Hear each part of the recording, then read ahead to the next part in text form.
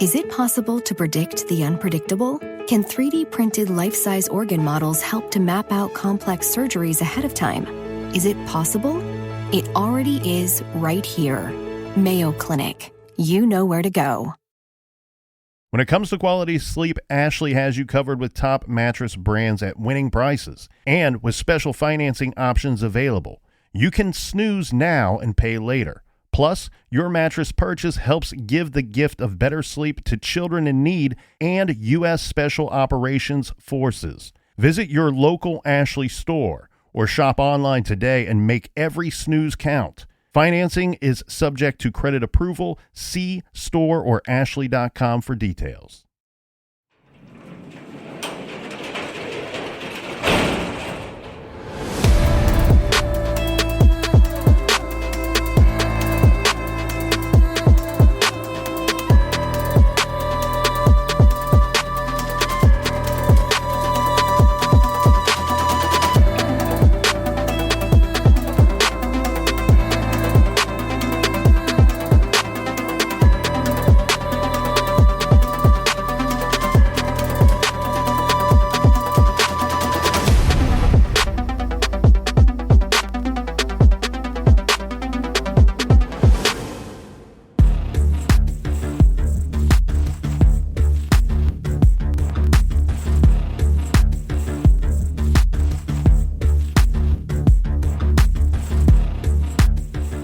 After Laura Bible and Ashley Freeman went missing nearly 20 years ago, search parties were formed, missing persons signs were hung up, and the community, of course, was on edge. And tonight we hear from a close friend of the girls who is still staying hopeful that their bodies will be found. News on 6's Amy Kaufman is on that story in Veneta with the latest. Amy. Craig and Terry, Ronnie Busick is sitting in the Craig County Jail tonight facing 4 counts of murder. But despite the gruesome details of this case, one of Laura and Ashley's closest childhood friends tells me that she hopes people remember who the girls were as opposed to what they went through. Easy to get lost in the details of this, but what I hope and wish is that people won't dwell on those things and that they will take that energy and remember the girls. Sheena Reese says she was coming home from basketball at Blue Jacket High School when she found out about the fire at the Freeman house. She immediately rushed home to call Laura to see if Ashley was okay. I just wanted to get home to get to a phone, to call Laura. And that's when he told me that she was with her. That was like a shot to the gut. 24 hours later, after investigators left the home-turned-crime scene, family and friends went to make sure nothing was missed. They sifted through all the way to the ground to make sure those 2 girls weren't in there, and they weren't. So we knew we had to get a search party going. Sheena and her family were involved in several different searches and hung up missing posters across the area, but says even when it was difficult, she never gave up hope. Laura and Ashley were such fighters and both so full of life and love. Sheena says she still thinks about them every day. I didn't get a chance to have children, get married, so I hope those of us that are here make something of that for them. Because ultimately, everyone is fighting for the same goal, to get the girls home. Knowing that will give them some closure and peace of mind, that'll give me closure.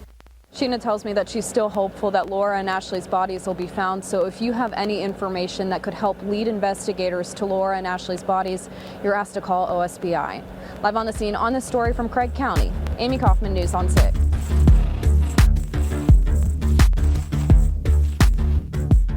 This story will make your blood boil. Back in December of 1999, 2 people were killed and 2 girls were taken.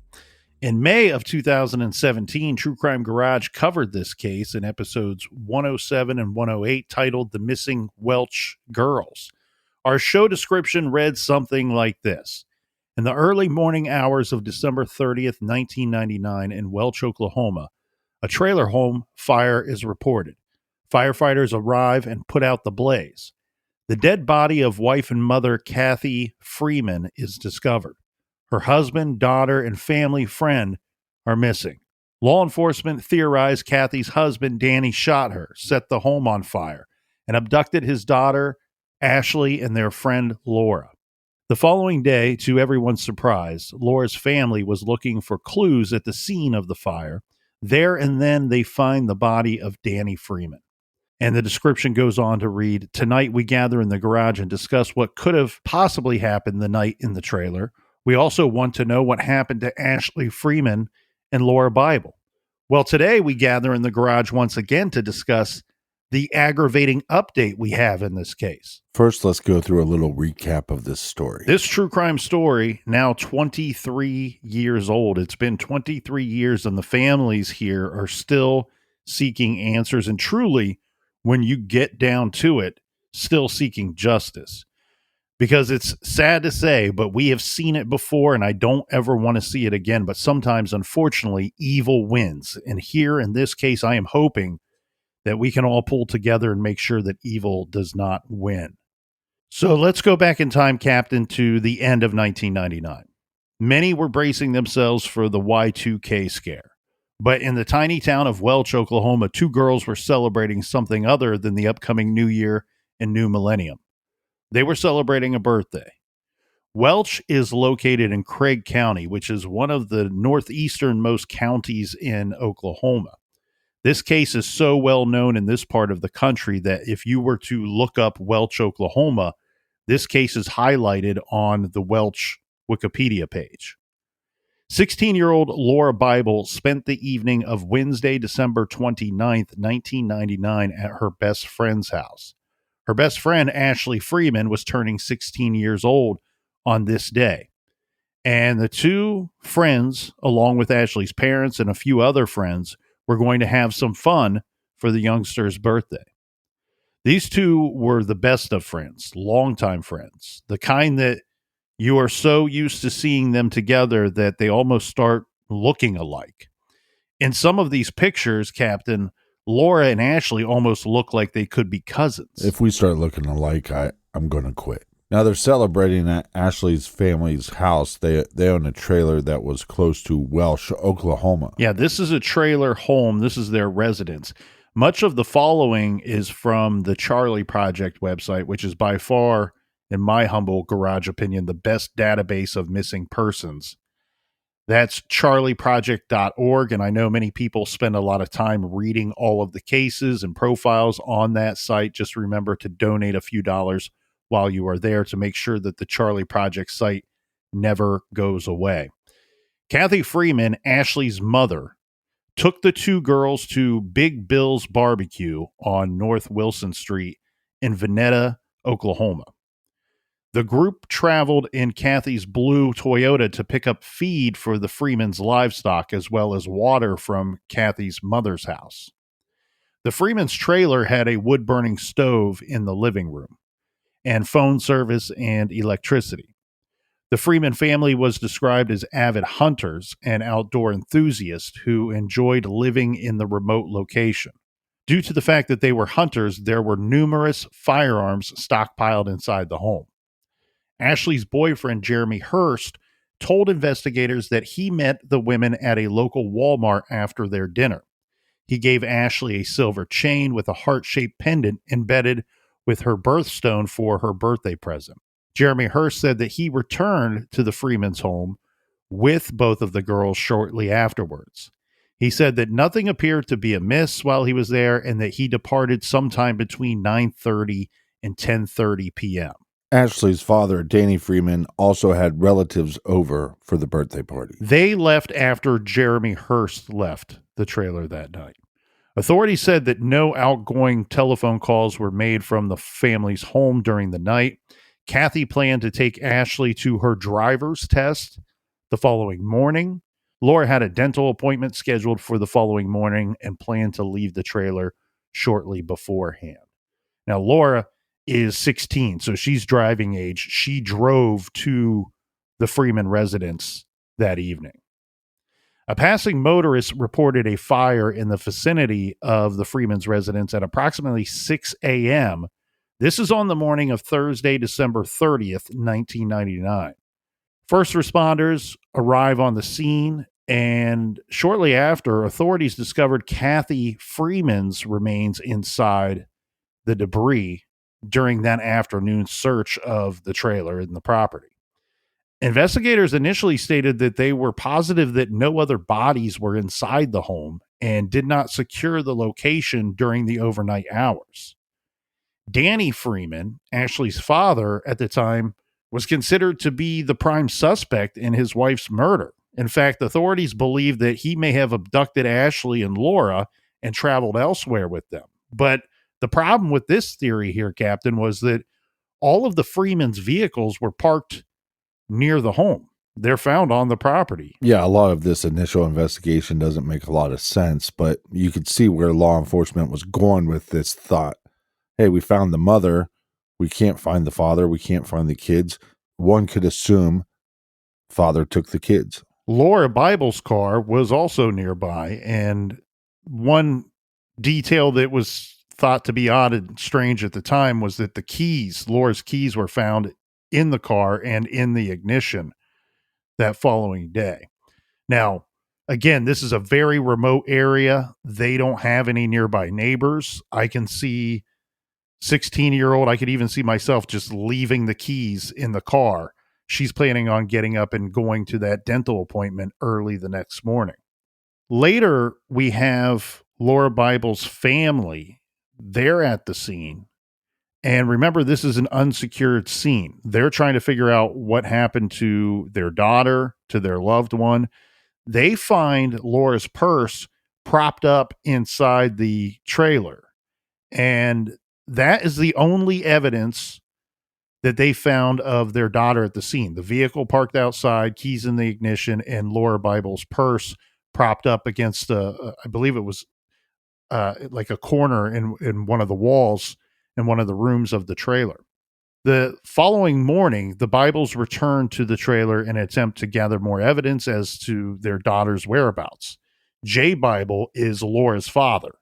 This is when Jay Bible discovers Danny Freeman's body in the bedroom of the mobile home. So that theory is completely wiped out. Well, it makes you wonder how law enforcement and firefighters missed this victim. Correct. And it also makes it extra difficult and upsetting that they didn't secure the scene either. Yeah, because one could question, if he didn't find it that day, is it possible that he was taken away from that scene and then brought back? Later, it was determined that both Danny and Kathy Freeman had died as the result of gunshot wounds, not from the fire. Danny's body was partially covered by debris inside the bedroom, this explaining why his remains were overlooked by firefighters and police.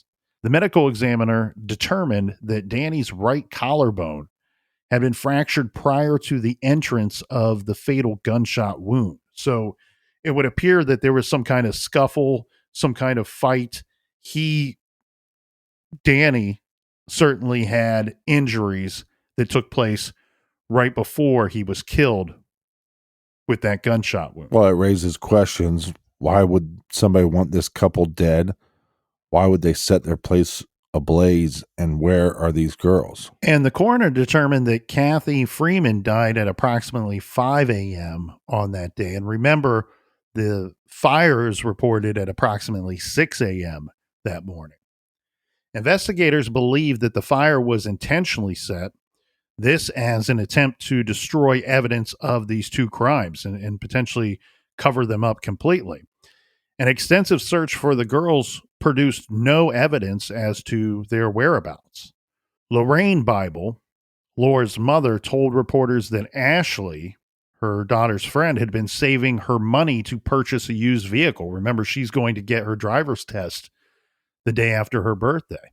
Lorraine said that she believed that Ashley had about $1,200 in her savings. Ashley's boyfriend, Jeremy Hurst, said that Ashley actually had saved between $3,000 and $4,000 for a vehicle. Wow. She was employed at a convenience store in town and was using a lot of that money to purchase her first car. The boyfriend, Jeremy Hurst, said that Ashley did not have a bank account, and in fact, she kept her money sealed in a Tupperware container in the family's freezer. Authorities, armed with this information, were unable to locate any evidence of the cash after the fire. Lorraine stated that Ashley and Danny had been arguing earlier in the month regarding what vehicle she was going to buy. She claimed that Ashley wanted to purchase a different car than what Danny had decided she should be buying. Oklahoma law enforcement officer David Haynes shot and killed the Freeman's son, Shane, the year before, in 1998. Shane was found on a country road in possession of a stolen vehicle when the officer encountered him. Shane Freeman allegedly reached behind his back and pulled a gun on the officer, prompting Officer Hayes to fire at him. Right. The incident was investigated, and Hayes' actions were found to be justified. He and his brother, who was also a law enforcement officer, said that they both were required to take polygraph exams after the girls' disappearances in 1999. Neither of them, though, however, were ever considered to be suspects in the investigation. Well, this is a strange case, strange scenario, and then a fractured relationship between the Freemans and law enforcement. So a lot of the family started believing that maybe law enforcement was behind these murders. Yeah, local law enforcement possibly involved in the murders and then the disappearance of the girls as well. Of course, we're being told by law enforcement that there's no evidence that seemed to support that theory at the time. But as you can imagine, Captain, that's going to be difficult for several of the Freeman family to agree with that statement. There was speculation that Ashley and Laura may have been involved in the Freeman's murders after the searches failed to produce evidence as to their whereabouts. Investigators stated that there was nothing in either girl's background to suggest at all that they could be capable of such a horrible crime. Ashley was a member of the Welch High School basketball team. Laura was a cheerleader who planned to become a cosmetologist after her high school graduation.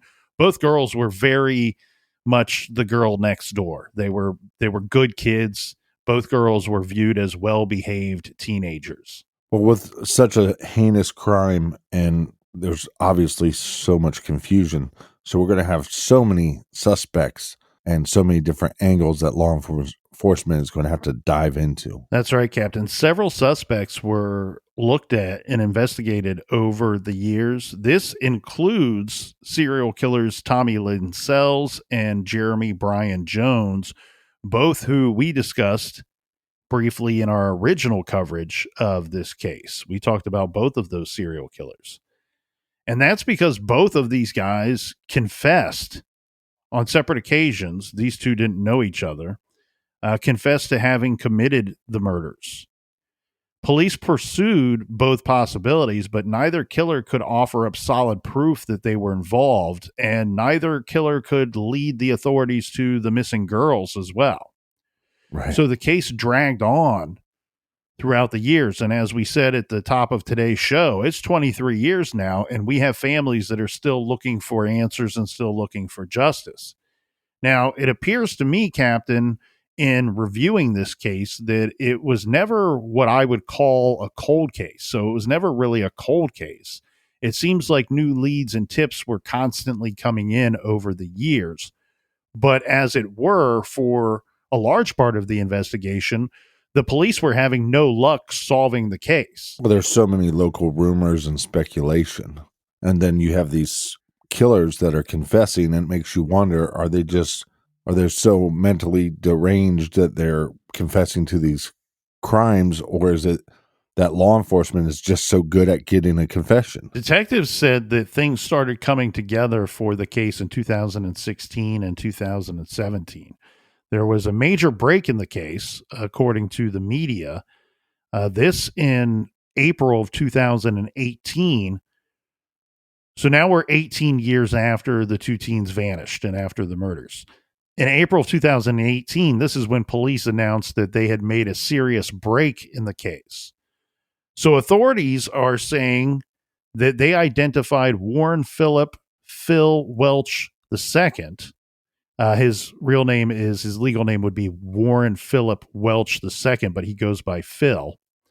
And David A. Pennington and Ronnie Dean Busick as all having been involved in the murders, the arson, and the abduction of the two girls. Police say that the three of these guys, Welch, Pennington, and Busick, all went to the Freeman trailer in the middle of the night on the night in question.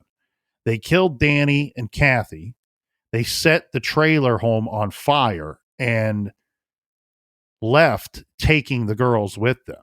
But because this is 18 years later, after the crimes, Pennington and Welch were deceased by the time that they were named as suspects in the case, identified as suspects in the case. Yeah, I'd like to dig up their dead bones and kill them again. But Ronnie Busick was alive. And so he was arrested and charged with 4 counts of first-degree murder, 2 counts of kidnapping, and 1 count of arson. Phil Welch, one of the deceased members of this group of turd sniffers losers, was described as evil and said by witnesses to be thought of as the mastermind in the killings of Ashley, Laura, and Ashley's parents. He died in 2007. David Pennington died in 2015.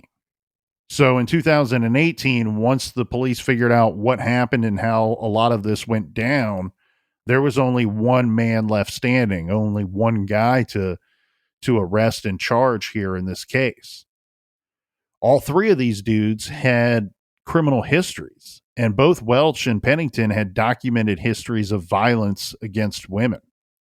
Right. One strange tidbit here in this case, Captain, was that an auto insurance card was found near the crime scene. This was a few days after the murders in 1999. So after the 2 murders are discovered, the arson, and now with both parents dead, it's believed that the 2 girls were abducted. A few days after this, they find an auto insurance card near the crime scene. And we say near the crime scene, it sounds like police didn't do their job when you just say near the crime scene. But keep in mind, I believe that their nearest neighbor at the time lived like a mile away. So near the crime scene could mean 3/4 of a mile away from the home. Right, but this card shouldn't be out there. It doesn't get there just all willy-nilly. The insurance card belonged to Welch's then girlfriend, who said that she did not know the Freeman family and had never been to their home, had never been to their property, and had no idea why her insurance card was there. Though she did admit that Phil Welch knew Danny Freeman. Yeah, and maybe he took her vehicle. Correct. And up until a few months before Danny and Kathy were killed, Phil Welch was their nearest neighbor. He was living in a house that is stated to be less than a mile to the south of the Freeman's trailer. So still living a good distance away.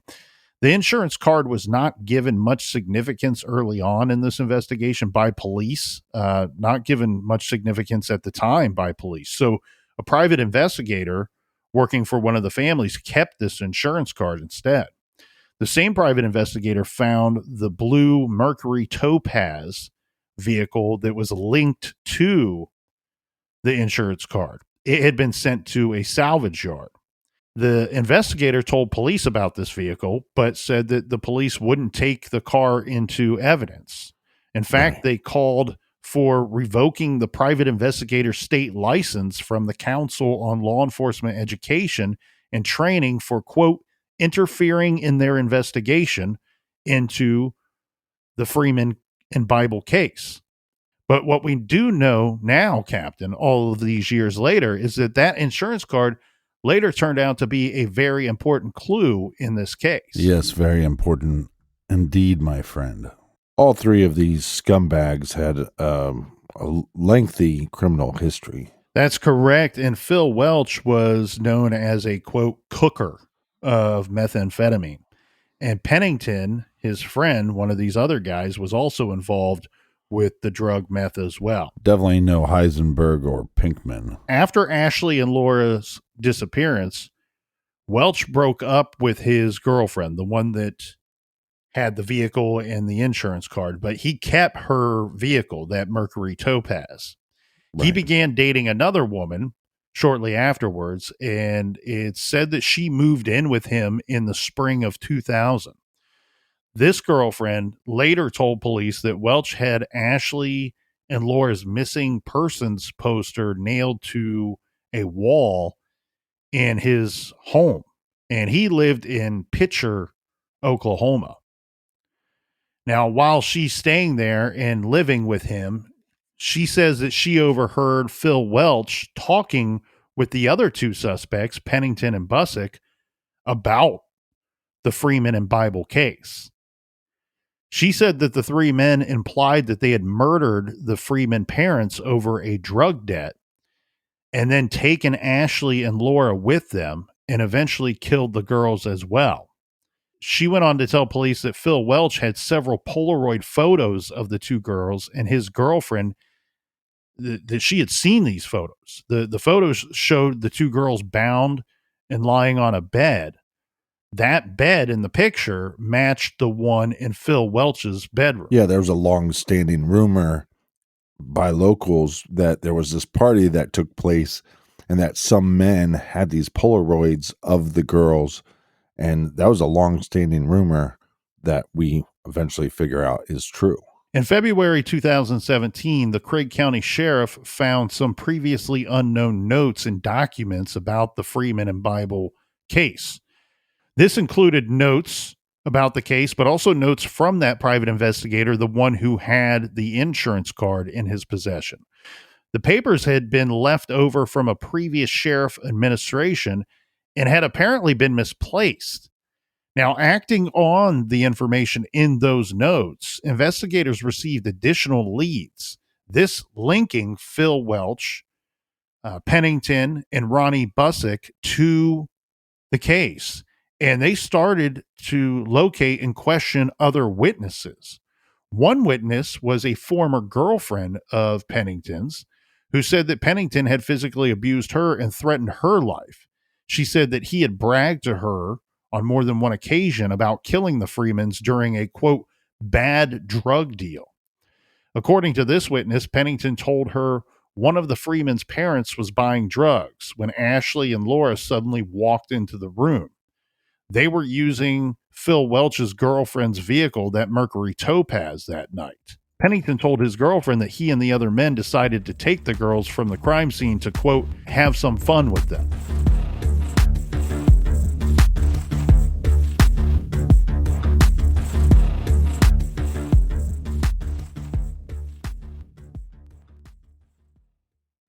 This show is sponsored by BetterHelp. Do you look forward to the holidays? Maybe you struggle with seasonal blues.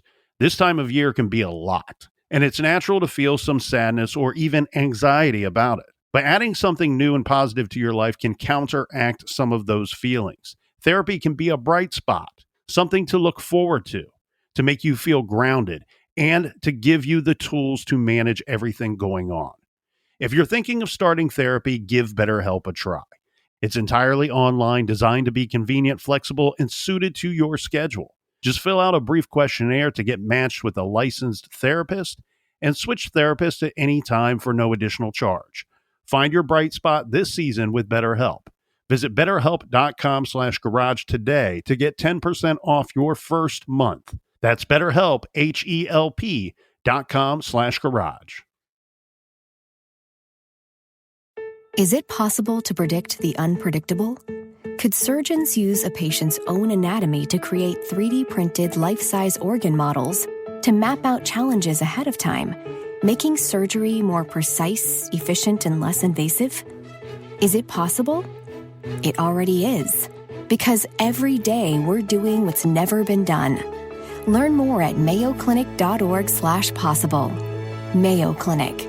You know where to go.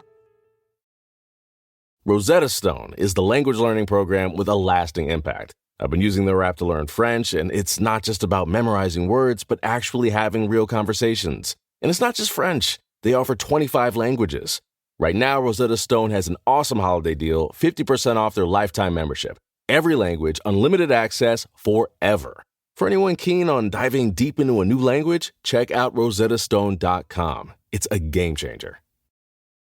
Want to grow your business in the next 12 months? It starts with your culture. Insperity, a leading HR provider since 1986, can help your business create a culture that drives growth. Download their free ebook, The Future of Business is Culture, at insperity.com/pod. With the right people, processes, and values in place, your company can realize its full potential. Set your business up for growth. Download the free ebook at Insperity.com/pod.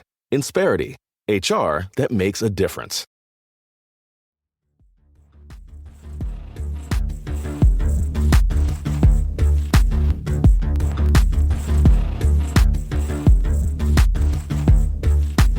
All right, cheers, mates, to the windows, to the walls. Cheers to everybody in the back. Cheers to you, Colonel. Cheers to you, Captain. So normally when we have an update, it's normally a good thing, but this is not an update that we are that thrilled about. But if you want more information about this case, again, we covered this episode 107 and 108. Yeah, and we go through the Tommy Linsells and the other serial killer Jones. We go through those theories a little more extensively than we did here today, as well as covering some other theories about the case. And what was interesting in our coverage about the case, we didn't know how active the case was at the time. And we didn't know that all of these things were kind of brewing behind the scenes. But some of the theories we reviewed were similar to what we would learn all of these years later in 2018 when they said that they made an arrest and they were charging Ronnie Busick with murder, abduction, and arson. Mm-hmm. Now, leading up to that arrest, we still have police working on this case, and they're rounding up these additional witnesses and collecting statements that will help them build a case against Busick and the other two deceased persons that were involved in this case as well. Now, multiple other witnesses connected the three men, Pennington, Welch, and Busick, to the case, and these witnesses are giving similar stories about these guys boasting and bragging about their involvement in the Freeman and Bible case. Some of them said that they had seen the Polaroids of Ashley and Laura, and some of the photos, the two girls were bound and gagged, lying on a bed, and in others, they were duct taped to chairs. By the time investigators learned about the photos, these photos had all seemed to have disappeared as well, and may have been destroyed by one or all of the suspects. But witnesses said they had seen them and they could describe in great detail to authorities what these Polaroids were, what they were of, and what were seen in the photographs. There were approximately 10 to 15 photos of the girls, is the rumor. The witnesses were able to identify the bed that was seen in at least one of the photos, a blanket on that bed, and these witnesses were able to identify the bed and the blanket as belonging to Phil Welch. And some of the photos showed Phil Welch lying next to the girls. Ronnie Busick told one witness the girls had been kept alive for days, perhaps as long as 2 weeks, in a trailer in Pitcher, Oklahoma, where they were raped, tortured, and eventually strangled to death. Ronnie Busick said that Phil Welch had shot Kathy and Danny Freeman, and that he and the other assailant, Pennington, stayed behind at the murder scene, to set the fire to the trailer, to cover up the crimes, to cover up the evidence. And when they stayed behind, this is when Phil Welch took the two teenage girls away from the scene. Pennington and Welch had both threatened witnesses, saying that Ashley and Laura were in a, quote, pit, and that witnesses might end up in the same pit if they tell what they may know or have overheard from these men. Now, because of these threats, none of the witnesses would come forward. This changed in 2017 when they discovered those lost notes, investigative notes in the case, and law enforcement were circling back and going to these people and asking them for statements or things that they have known. It's probably helped to loosen the grip on these witnesses a bit, because we know that by 2017, two of these three terrible people had passed away. So these witnesses probably felt a little safer and a little more secure in being able to give statements to law enforcement after two of these guys were already dead. Well, and think about that for a second. I mean, you have information, you want to go to police, but there's 3 killers out there. You know what they're being accused of. You believe you know who did it. You've heard the other rumors. There would be a part of you that would be afraid that if the cops don't get them, or the information you give the police, if it's not enough, what are they going to do to you? And if you're local and if you're keeping your ear to the ground, you're hearing whispers from the bushes, you're paying attention to the investigation and paying attention to local rumor and local scuttlebutt, you may know that there's been some, I'm using air quotes here, evidence. This stuff turned out later to be evidence. At the time, they didn't know what they had, but you may know that, hey, here's this private investigator. Here's these other people that have provided law enforcement with leads and they've turned away from them. So if I drop a dime here and try to call in one of these guys who, one dude is known by many to be, quote, evil. All 3 of them are known to have a criminal background, and at least 2 of them a history of violence. If you're going to drop a dime and call one or all 3 of these guys into authorities, what are you going to do then after you hang up the phone? Are you going to hope and pray that they follow up on that lead and arrest all of them so that no harm will come your way? It's a very dicey situation. After all of this news comes out in 2018, of course, we learn that Ronnie Busick, the only person of the 3 still alive, the only suspect that is still alive out of 3 suspects, he's arrested for quadruple homicide. He tells police, and this will make its way to the media, that he suffers from memory loss and didn't remember what happened on the night of the murders. He doesn't remember the arson or where Laura and Ashley are.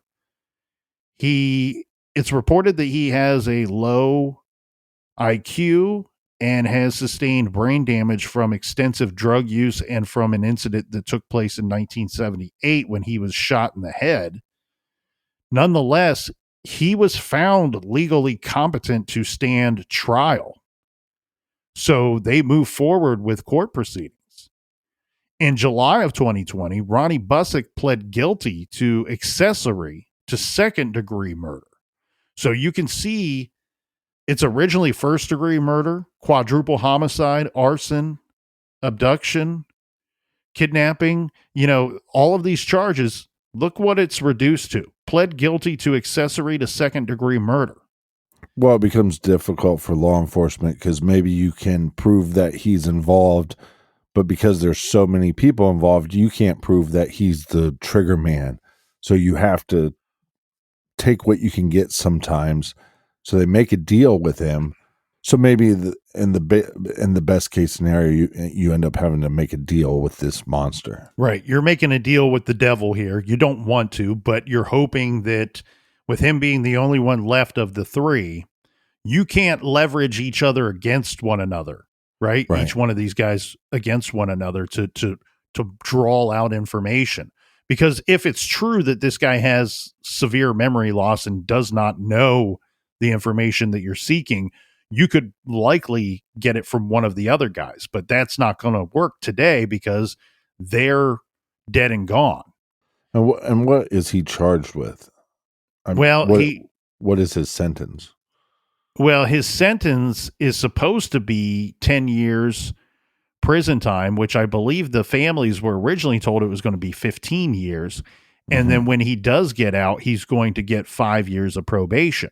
But keep in mind, he does not plead guilty until July of 2020.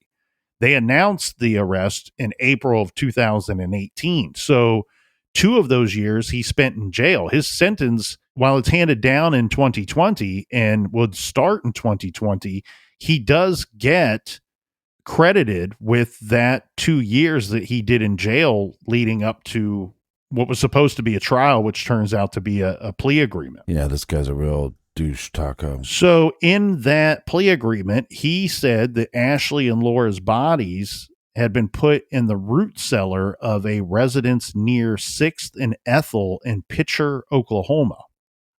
However, searches of that area turned up nothing.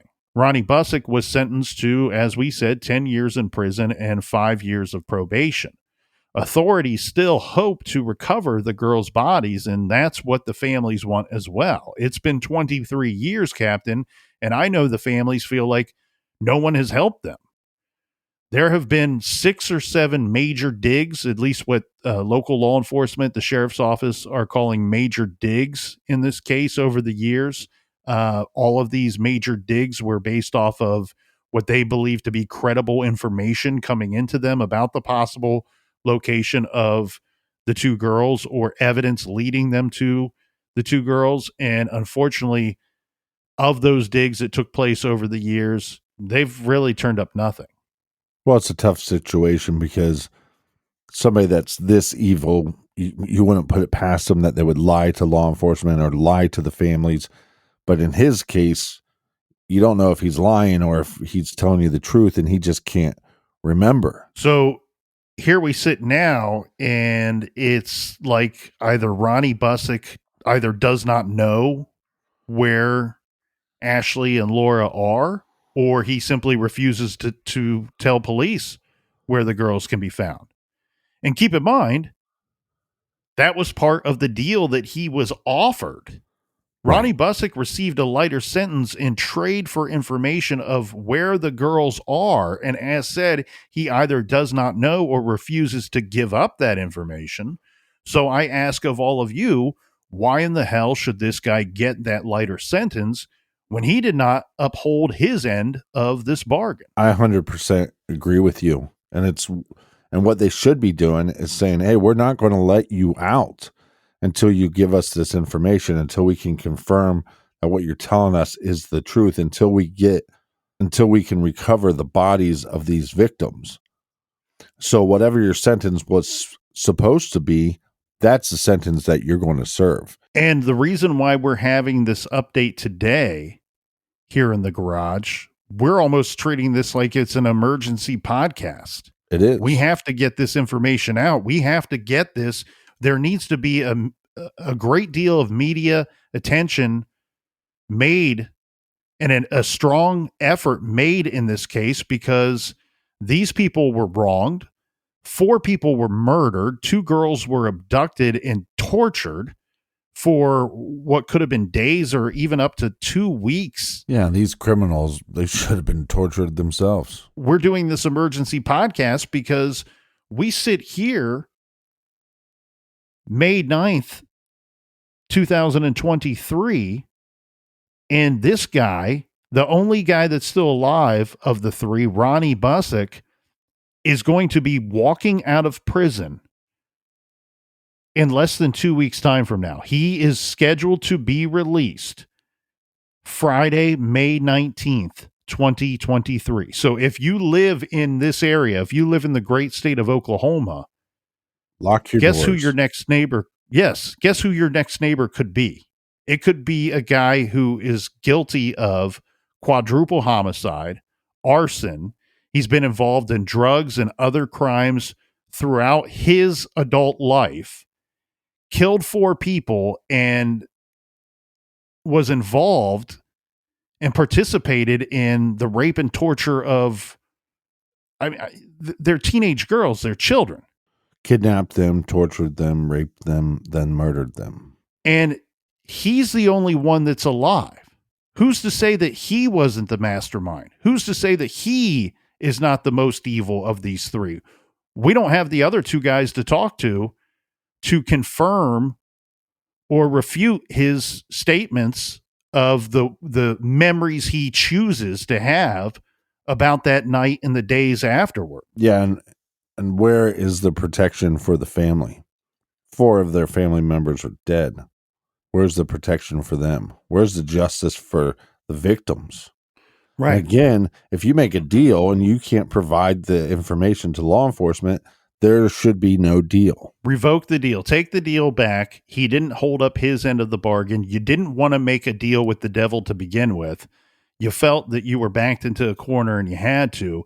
And then sadly and shamefully, this is the result. This guy was locked up in jail, waiting trial in 2018, gets this really major deal in his benefit in 2020. And here we're sitting here. That was July of 2020. It's not even been 3 years and they're going to release this guy. So even if you're going to give him credit for his 2 years in jail, we're talking about this guy kills 4 people, abducts and rapes people, and gets basically a 5-year prison sentence. Well, this is what pisses me off so much too, is when they go, well, it's good behavior. Again, you're locked in with other animals. If you step out of line, they might kill you. But on top of that, a lot of these shit princesses, they're drug addicts. And so, well, when they're not on drugs, they're not killing and raping people. So this guy gets out. I don't care what age he's at or what health level he's at. He gets back on drugs. Watch out. He's 71 years old. Many are saying, well, he's too old. He's not a danger anymore. That's not what this is about. I mean, that's part of it, but the big part of it is supposed to be that he receives some type of punishment on this planet that is, I was going to say, worthy of the crimes he committed, but I mean, nothing can bring these people back. Mm-hmm. And but still, 5 years is absolutely shameful and appalling. And I hope that the people of Oklahoma, it's horse shit, catch wind of this, because this is news. This wasn't something that the families were told 5 years ago. Oh, he'll be out in 2023. No, this was news to the families and to the people of this area as well, just within the past couple of weeks. And so now they're scurrying there. They're trying to figure out, is there anything that we can do to keep this guy behind bars? But again, 71 years old, I would argue somebody that participated in these types of crimes, if he's breathing, he's a danger. And not only that, he did this in cahoots with 2 others. Who's to say how far his tentacles can or cannot reach? Who else is he in communication with or relationship with that could get to some of these people? Or what other crimes will he commit once he gets back out? Yeah, and if there's an uproar as far as the public is concerned, as far as media, local news covering this, national news covering this, the argument here is pretty simple. He did not supply law enforcement with the information that he claimed that he had. So the deal should be off the table. So, okay, he was a model citizen. He had no problems in prison. Well, he should be spending a longer amount of time in prison because that information that he gave didn't work out. So until he can give that information, they should not even be considering him reducing his time at all. And typically, good behavior results in you serving 80% of your sentence. Here, he's serving 50% or slightly less than 50%.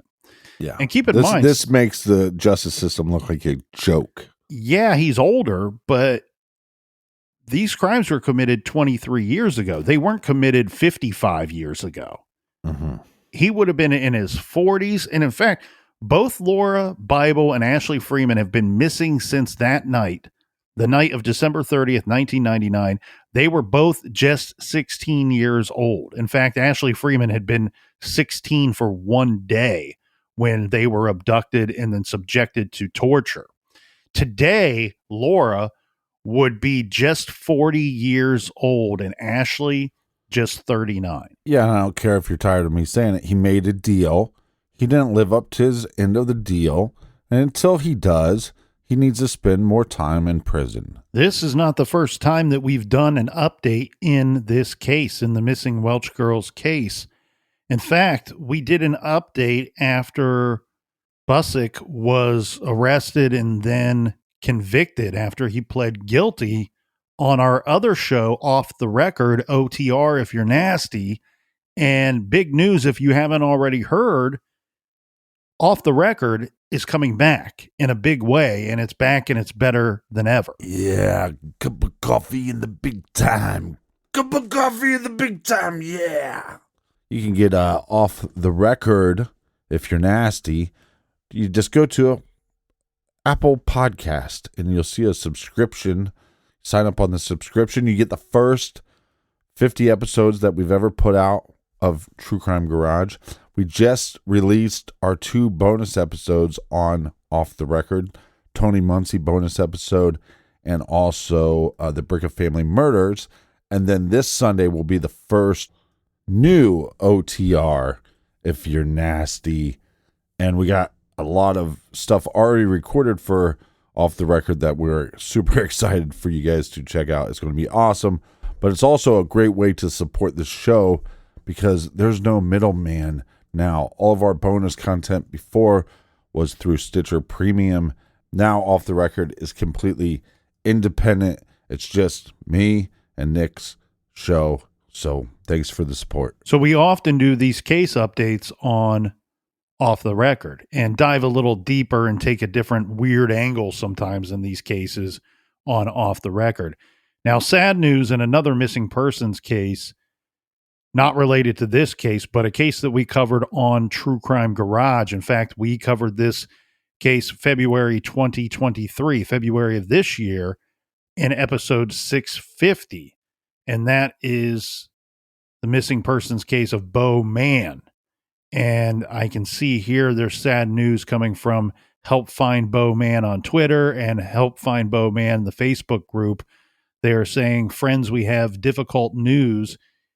Here's a statement from our entire family. We were notified by the Santa Monica, California police that Bo Man's remains were found in a grassy area about a mile from where an Uber dropped him off on November 30, 2021. His identity was confirmed through dental records. At this point, we have no further details on what led to his death. We want to thank all of those who helped us search for him and who prayed for Bo's safe return over the past year and a half. Bo was a beautiful soul who spent the better part of his life helping others. We miss his infectious smile and positive attitude every day. We know his spirit will live on through his company and passion, Sober Grid, as it continues to help those struggling with the grip of addiction. So certainly our thoughts and prayers and feelings go out to Bo Man's family and friends and all of those who were searching for him over the last year and a half. Again, that was our episode number 650 from February of this year. Sad news. I want to go through this article, Captain, if you will allow me, because this gives an interesting perspective on the Welch Girls case and the current state of the case. And this is an article, an online article from Fox 23 News. Right. That came out just earlier this month on May 2nd. And the headline reads, family of 1999 missing Welch girl Lauria Bible says Henrietta tragedy hits close to home. And the article reads, the family of Lauria Bible, a teenage girl from Greene County who disappeared and investigators believe was likely murdered along with her friend Ashley Freeman, say the tragedy in Henrietta strikes close to their hearts. Lauria Bible and Ashley Freeman were kidnapped and murdered after a sleepover for Ashley's birthday in 1999. The Bible family says their hearts go out to the families involved in the Henrietta tragedy. Laura's mom, Lorene, and her cousin Lisa say they were shocked when they heard about the missing girls and the tragedy in Henrietta. Quote, when it came through and it said there were 2 missing girls, they were missing, and you find out they went to a sleepover, exact same thing with Laura and Ashley, Lorene said. Quote, I just couldn't even read it because it was just too real and too close to home, Lisa added. Lisa and Lorene say the deaths of 14-year-old Ivy Webster and 16-year-old Brittany Brewer, along with 5 other people, including 3 other teens, brought memories flooding back, and they want to help. Quote, it's a very sad place to be, but it does help to know that you're not alone and that other people have went through, and in our case, still going through what they went through just yesterday, said Lisa. They need to know that they can pick up a phone or go to our page where they can text us, just talk to somebody that knows the shoes that they are in. Last week, the Bible family was told Ronnie Busick, the only suspect still alive in Laura and Ashley's disappearance, is getting out of prison early for good behavior. Meanwhile, in Henrietta, convicted rapist Jesse McFadden was believed to be one of the bodies found with the children in this week's tragedy. This was only hours after he missed a scheduled court appearance accused of sexting an underage girl while he was in prison. Lisa says the Henrietta tragedy highlights the need for justice reform in Oklahoma. Quote, why was he released? Had there been different laws, had they have held him accountable for what he was doing while he was in prison, there are 6 people that would have been alive still today. These 2 girls that would have went to a sleepover and come home like they should have. So that is the Bible family, immediate and extended, voicing their opinions on this case that just broke not too long ago down in Henrietta, where similar situation, unfortunately, Captain, where we have somebody who is a criminal, somebody that deserves and should be behind bars. He's let out, he's released, and then he is set free to kill again. And that's exactly what we're talking about with Ronnie Busick's case and Laura Bible and Ashley Freeman. This guy, I don't care how old he is. I don't care that he's 71 years old. He's getting out. He's admitted to his involvement, his direct involvement and participation in killing 4 people, setting a fire to cover up these crimes, and torturing children. It's fucking appalling. For more than a day or two, maybe even up to 2 weeks. It's despicable. He's getting out. He served 5 years, basically a month shy of a 5-year prison sentence for good behavior. And he's going to get a very limited probation period. This guy is dangerous. This guy should be of a major concern, not just to the Bible family and to the Freeman family, but to all families in this area in regard to this very dangerous individual being released, number one. And number two, their treatment and punishments and sentences that they hand out for these very violent, very dangerous criminals going forward in their state. Until this gets fixed, the people in Oklahoma aren't safe. And here's the thing, this story of Ronnie getting out early, this story of this Jesse McFadden who gets out and then kills again, these are the stories that everybody needs to tell somebody to pay attention to. Listen to this podcast. Pass along an article, this great article from Fox 23 News. Tell your friends, tell your family, this is no good. And you don't have to be in the state of Oklahoma to make a difference here. This is something that everyone, everywhere should care about. Their own personal safety, the safety of their children. This is ridiculous. Oh, yeah. And society in general sometimes seems like such a freaking joke, and we act like that we can't do anything about it. Well, we can. Thank you, Captain. And I want to discuss before we wrap up here today, because I think this is pretty powerful stuff, and it really leaves a lot to think about when we talk about this case. But a letter that fell into our hands here, Captain, and it needs to be communicated, and everybody needs to know about this. So this is a letter from the Attorney General in Oklahoma. His name is Gintner Drummond. So Mr. Drummond and the Attorney General for the state of Oklahoma says, And he's talking to the Freeman and Bible family. He's addressing the families here of these victims, of these child victims. And his letter says, I understand and share your frustrations regarding Ronnie Busick's scheduled release from prison. The murders of Laura Bible and Ashley Freeman and the murders of Danny and Kathy Freeman were horrific and deserving of the harshest punishment allowed by law.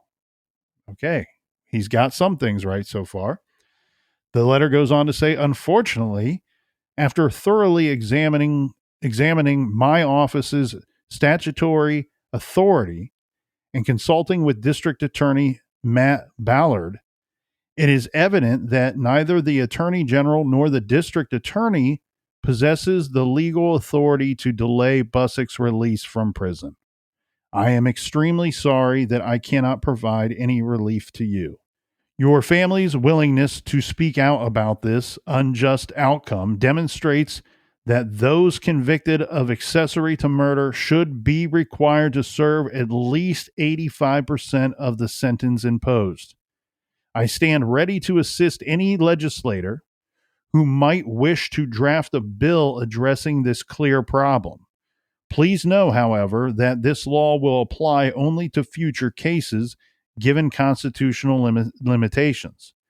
I hope knowing that I can join the citizens of Oklahoma who see and share your pain and disappointment can give you some amount of comfort. I am suggesting in a separate letter to Representative Steve Bashor that any bill introduced to change the accessory to murder law be named after Laura and the Freeman family as a testament to the power of your voices and to ensure that your loved ones' names live on. Your families will remain in my thoughts. Please know that I am inspired by your fight to seek justice for your loved ones. And that's right. Here at the garage, we are inspired by their fight as well to continue to stick up for and fight for justice for their loved ones. So our hats and our thoughts and prayers, our hats go off to the Freeman family and the Bible family, and our thoughts go out to them, and we certainly wish them the best of luck in this very difficult, aggravating situation. And hear what the Attorney General is saying there, everyone. This is not just a one isolated incident type problem. This is something that needs to be changed in the state of Oklahoma. Ronnie Busick's getting out early, and it looks like we're all handcuffed, and there's very little that we can do to change that. He's getting out May 19th. Lock up the women and children. And your husband too. Keep your family safe the best you can when you have a quadruple murderer out walking on the streets and out roaming the streets of your good neighborhoods. Share this story. Tell somebody you know. Tell other people about this story. This story needs to be the best chance to get change in Oklahoma is to put a lot of earballs and a lot of eyeballs on this case. And we know that our listeners are really good at doing that.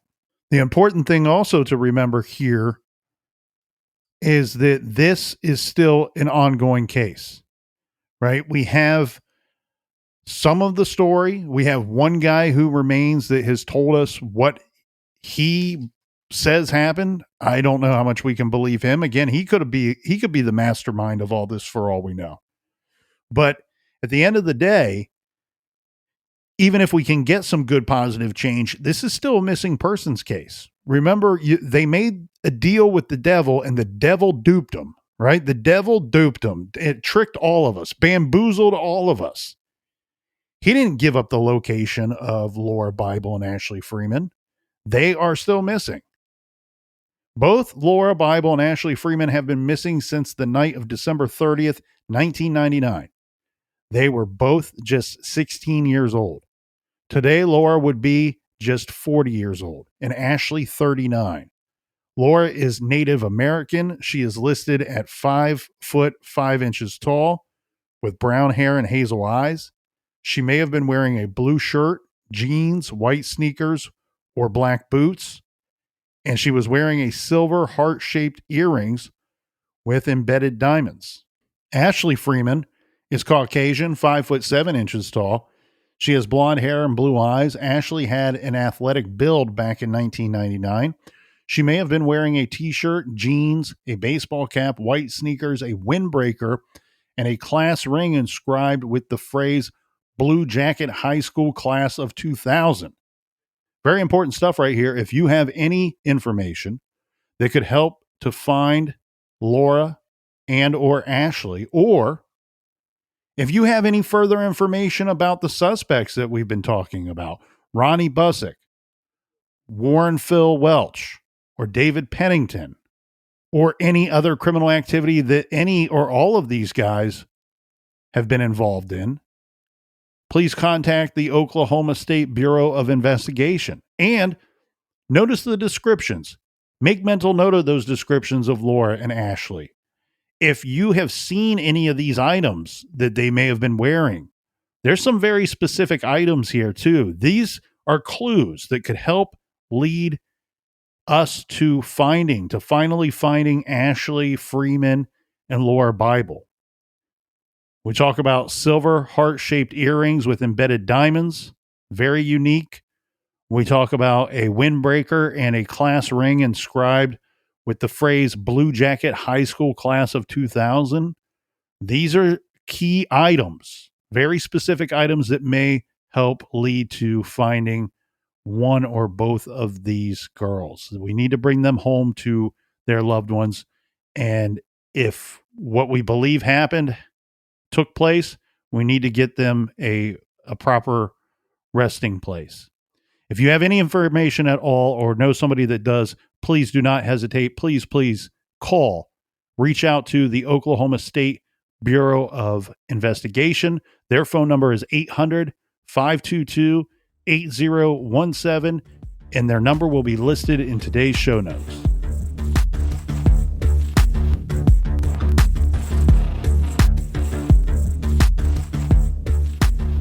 That wraps up things for today. Make sure you join us back here in the garage next week. And until then, be good, be kind, and don't litter.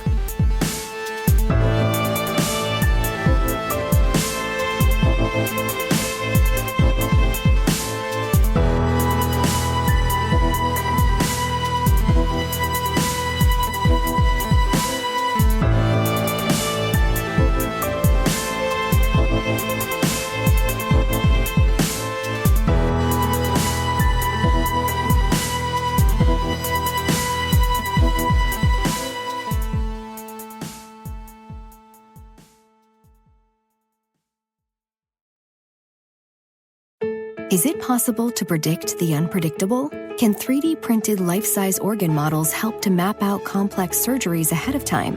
Is it possible? It already is right here. Mayo Clinic. You know where to go.